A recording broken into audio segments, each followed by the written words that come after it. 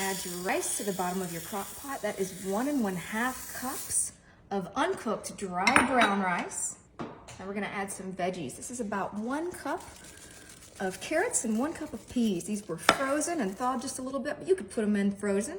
Now we're gonna add some fresh chicken. This is 2 chicken breasts, cut up. There you go, we just got that spread around. Cups of chicken broth. Now we are using the reduced sodium broth because we're gonna make a healthier recipe today. Y'all have been requesting healthy, so that's what I'm gonna give you. We've got fresh chicken, we've got brown rice, which is loaded with fiber and protein, and we're using the reduced sodium broth, and of course we've got our veggies in there too.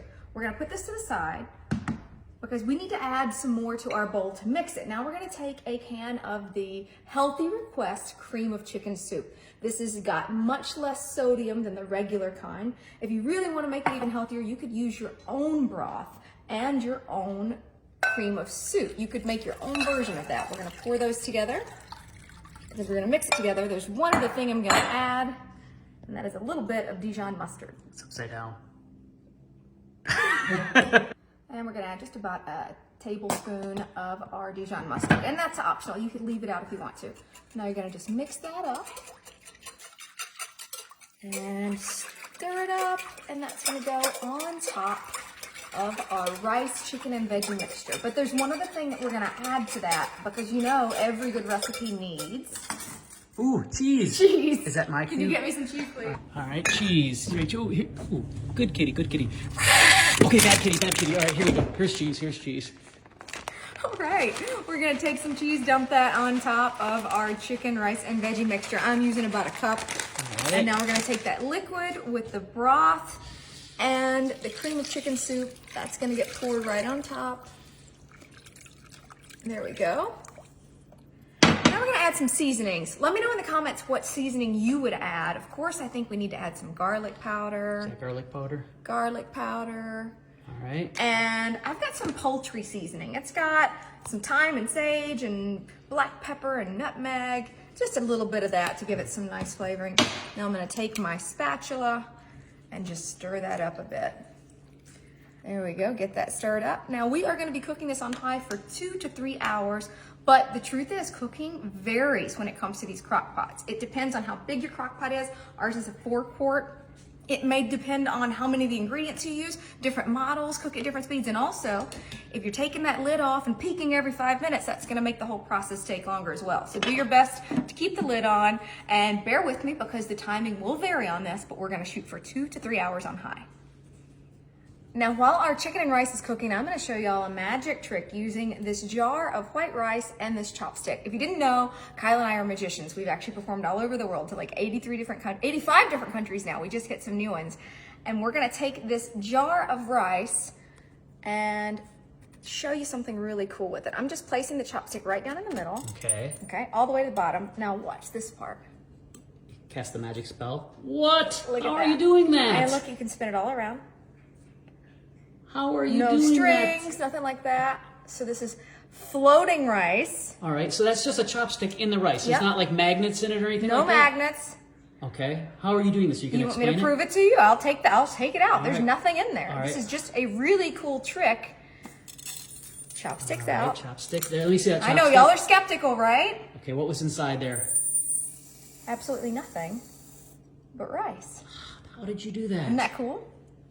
Would you guys like to know how to do this? Yes, absolutely. Hit that thumbs up, and Thumbs if we up. see a bunch of those come in, I think we'll share the secret for this one because we like y'all. I think we're gonna go ahead and do it. All right, I'm filling my rice bottle back up again, and I'm gonna tell you exactly how we do this trick. Now, the secret is that you really have to tap that bottle so that the rice gets compacted in there. Get as Okay. much as you can in there. You like overfill it. Overfill and it. then tap it. Tap it. And you should probably do this over a Are sink. you gonna clean that up? Mess. All right. All right. And it's also important the kind of bottle that you use. This is a glass bottle with a tapered neck. You want a tapered neck. Okay.